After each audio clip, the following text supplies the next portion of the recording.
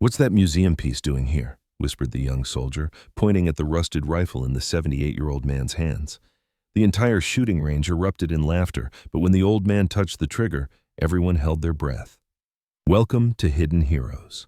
Before we begin this powerful story, tell us in the comments which city you're watching from today, and if you believe stories like this need to be told, hit that subscribe button. These stories matter. A new day was beginning at the Camp Lejeune military base shooting range in North Carolina. 22 young Marines from Alpha Company were preparing for their qualification test with state-of-the-art M4A1 rifles. The air was cold, but their spirits were high. Most of these young men, still in their 20s, were eager to prove themselves. "Who's going to get the highest score today?" shouted 19-year-old Private Tommy Chen, a cocky kid from Texas who thought very highly of himself. He lifted his shiny black M4 rifle in the air, showing off to his buddies, bragging about his holographic sight and laser designator. "I hit 9 targets at 500 yards last week," said another Marine, 21-year-old Jake Williams. "This time I'm going for a record." Sergeant Maria Rodriguez, with her 15 years of experience, was trying to calm down the young soldiers. At 35, having completed 2 Afghanistan tours and 1 Iraq deployment, this seasoned instructor knew just how wrong these confident kids were. "Easy there, children," she said in a stern but understanding voice. "Shooting isn't playing Nintendo. It requires concentration and patience." But the young Marines weren't really listening. They were talking about the technological superiority of their modern weapons, their advanced scopes, bipod legs, and digital sighting systems. As if war was some kind of technology competition and they were superheroes equipped with the most advanced gear. That's when an unexpected figure appeared from the far end of the range. An elderly man, a bit frail, but walking with determined steps. He wore simple civilian clothes, faded blue jeans, a plain gray t-shirt, and a simple baseball cap with no badges. His hair was snow white, his face weathered by sun and lined with wrinkles. But what caught everyone's attention was what he was carrying in his hands. A wooden-stocked, long-barreled rifle with metal parts that looked rusty and worn. It appeared to be an antique piece from World War II. Tommy Chen froze in his tracks. "Look at that. Grandpa, this isn't a museum, it's a shooting range." Laughter began to rise. Jake Williams's voice was the loudest. "Is that thing a real rifle or just a replica? Does it even work?" "Probably left over from the Battle of Gallipoli," shouted another Marine. The old man, who they would later learn was named Robert Bob Mitchell, ignored the laughter and methodically began setting up his position. From a small leather bag, he pulled out old-style ammunition boxes. Even the bullets looked different from modern ones, larger, heavier, with brass casings that had the dull patina of age. Rodriguez approached the elderly man as professional duty required. She too was secretly curious about this interesting situation. "Excuse me, sir, but we need to check identification here. Also, we need to see the registration for that rifle." Bob Mitchell pulled a card from his pocket and handed it to Rodriguez. When the sergeant took the card and looked at it, her eyes widened. "Retired Master Sergeant Robert Mitchell, service years, 1962 to 1988, Korean War, Vietnam War, Special Forces 7th Group." Rodriguez examined the card more carefully. This couldn't be fake. All the stamps, holograms, and security markings on it were original. "Sergeant Mitchell," Rodriguez said respectfully, "what kind of rifle is that?"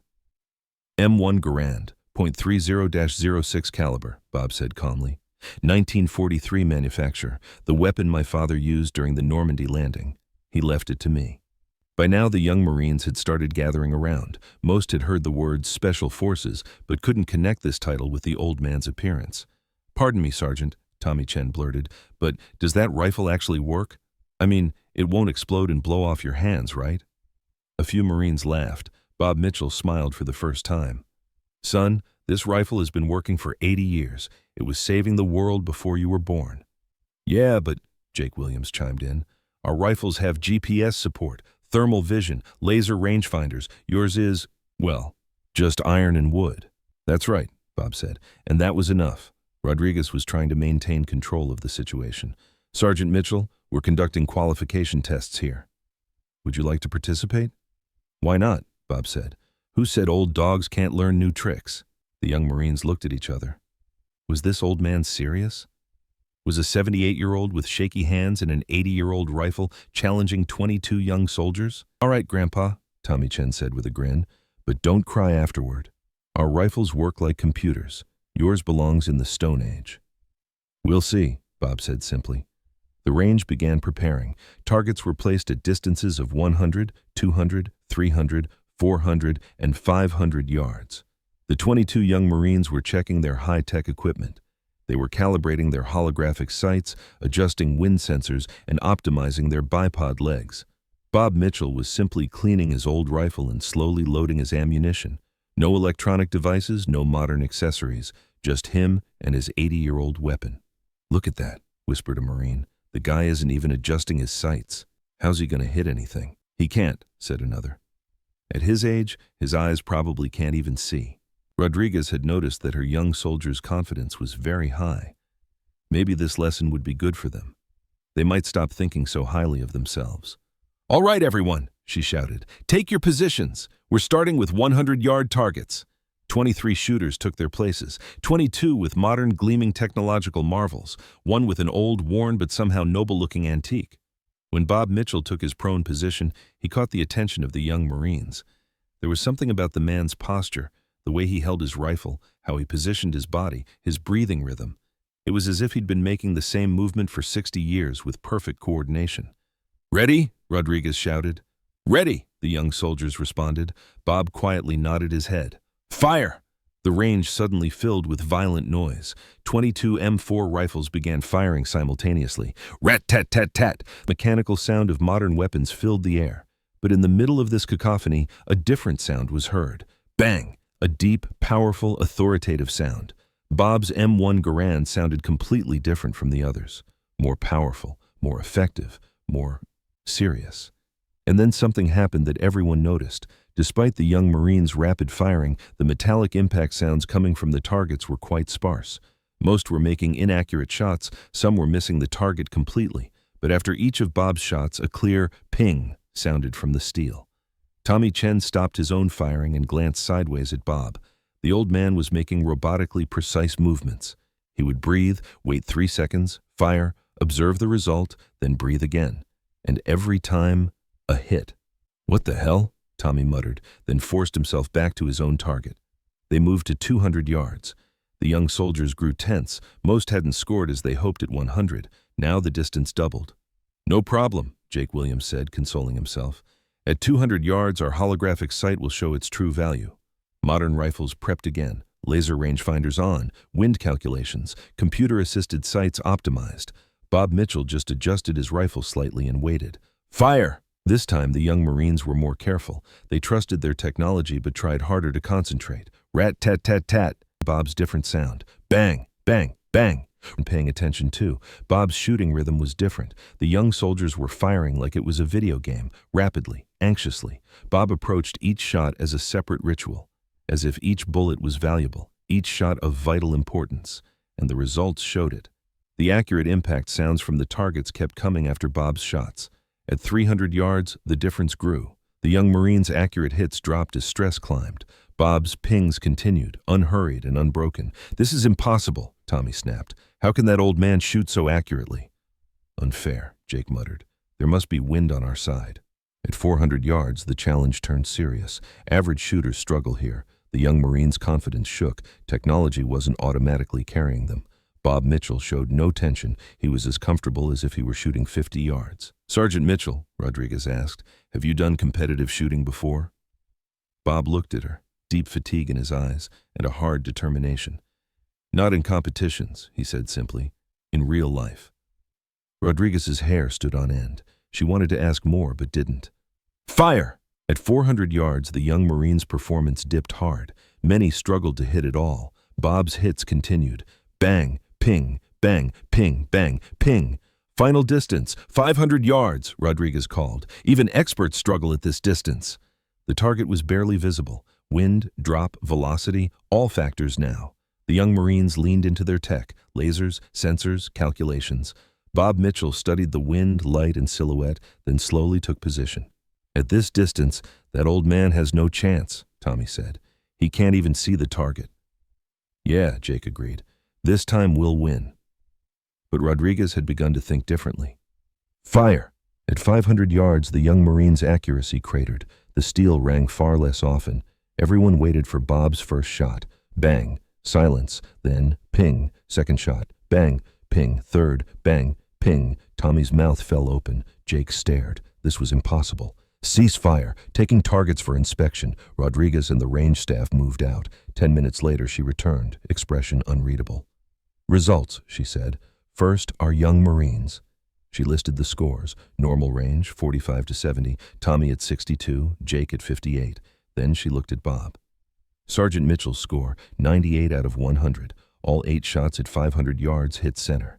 A hush fell over the range. How is this possible? Tommy asked, not with anger, but awe. Bob finished cleaning his rifle, finally serious.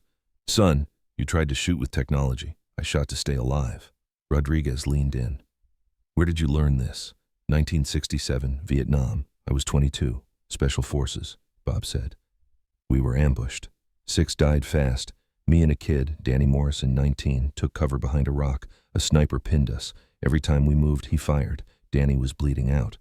What did you do? Jake asked quietly. I waited 3 hours, motionless, listening, learning. Patience was our generation's technology. He paused. Then I found him at 600 yards in the branches. 1 shot. It had to be. Danny survived. I survived. He looked at their faces. You shot at targets today. I shot in life or death for 50 years. That's the difference. Tommy lowered his head. Sergeant Mitchell, I'm sorry. For mocking you. No need, Bob said softly. When I was your age, I thought technology solved everything. It solves a lot, Jake said. It's a tool, Bob replied. Real power is here, he tapped his temple. And here, he tapped his chest. Rodriguez stepped in. Sergeant Mitchell, would you teach them? Bob smiled. On one condition, they put the gadgets aside. Fundamentals first. Patience, concentration, respect. Respect, Tommy echoed, for your weapon, your target, your brothers, and for the seriousness of this work. From that day, Bob came to Camp Lejeune every Saturday. He taught technique, but more than that, he taught patience, discipline, respect. Tommy became his first student. He set aside his tech and learned the basics. 3 months later, Tommy's score rose from 62 to 89. Jake and the others followed. More importantly, their approach changed. They reverenced their rifles. Shooting turned serious. Bob Mitchell, with that old M1 Garand, hadn't just taught them to shoot. He taught them the oldest lesson. Experience and wisdom outlast trends. From that day on, no young Marine at Camp Lejeune looked down on an old man's antique. They had learned that sometimes the greatest power hides in the simplest tools. This story reminds us that in our rush to embrace the latest technology, we sometimes forget the timeless value of experience, patience, and respect. Master Sergeant Bob Mitchell didn't just outshoot those young Marines that day. He opened their eyes to what true mastery looks like. It's not about having the best equipment or the most advanced tools. It's about understanding your craft so deeply that you become one with it. The next time you see someone whose methods seem outdated or whose tools appear obsolete, remember Bob Mitchell and his World War II rifle. Remember that behind every weathered face and every well-worn tool lies a lifetime of knowledge waiting to be shared. These stories matter because they remind us to look beyond the surface, to value wisdom over flash, and to never underestimate the power of dedication and experience. In a world obsessed with the newest and fastest, sometimes the most profound lessons come from the oldest and most patient teachers among us. The next Saturdays didn't feel like classes. They felt like inheritance. Rodriguez signed out an extra lane and taped a strip of blue paint at the firing line. No optics beyond this point, she wrote on a cardboard placard. Iron sight Saturdays. The young Marines groaned the first week, then showed up earlier the second. Bob didn't talk much. He showed them small things, the kind that don't look dramatic in movies and win whole wars in real life. He balanced a nickel on the front sight tower and had them dry fire until the coin didn't fall. He had them read the wind off the grass, not the screen. He taught cadence, not speed. Breathe, settle, see, press, hold. He called it a sentence you say with your hands. Box breathing, he told them, tracing a square in the air. In for 4, hold for 4, out for 4, hold for 4. You don't calm the shot, you calm the shooter. By the third Saturday, Tommy brought a small spiral notebook. He stopped asking how to shoot like Bob and started writing down how to think like him. Jake followed, a few pages behind, sketching wind arrows and elevation scribbles that would have bored him a month ago and now felt like a code he wanted to crack. One quiet morning, with fog hanging low beyond the 300-yard berm, Rodriguez walked the line and noticed Bob's hands. Steady as always, but the smallest tremor visited his fingers when he set a clip into the Garand. She pretended not to see it. He pretended it wasn't there. Later, when the fog burned off and the range was safe, she caught up to him by the tailgate of his old truck. "Does it still visit you?" she asked gently. "The tremor?" he said, smiling. "Or the years?" "Both." He leaned on the tailgate. "Some days the past is heavy," he said. "But weight can make a stance. You learn where to put it," she said. "They're listening to you," he corrected. "I'm just giving your words a longer echo." A week later, Rodriguez hosted a family day.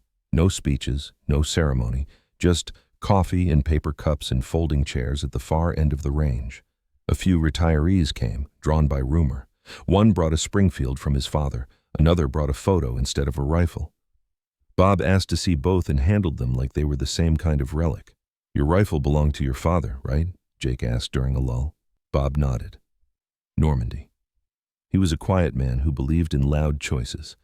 "He taught me to clean before I complained." "Clean the rifle?" Jake asked.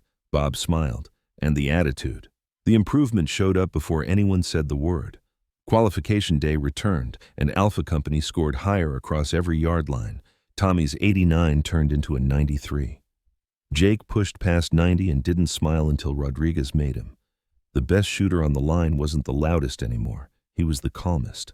When the nickel fell from someone's front sight, 3 Marines picked it up without a joke and tried again. That afternoon, the rangemaster stepped out with a clipboard. He cleared his throat the way men do when they were sure they wouldn't be speaking. "We had a request," he said, "to place a small brass plate at lane 7. He held up a rectangle no larger than a hand. The engraving was simple. "Lane 7, in honor of MSGT, Robert Mitchell, clarity over clever, fundamentals over fashion." "The weapon doesn't make the warrior." Bob shook his head. "Don't put my name on a lane," he said softly. "Too late," Rodriguez said, eyes bright. "It's for the kids who haven't met you yet." That evening, as the sun slid behind the pines and the range went quiet, Tommy jogged up, awkward with gratitude. "Sergeant, Mr. Mitchell," he stammered, "I found something you said that I don't want to forget." He held out a dog-eared index card. In block letters he'd written, "Slow is smooth, smooth is fast, respect is accuracy you can't measure, match the ground, not the picture in your head."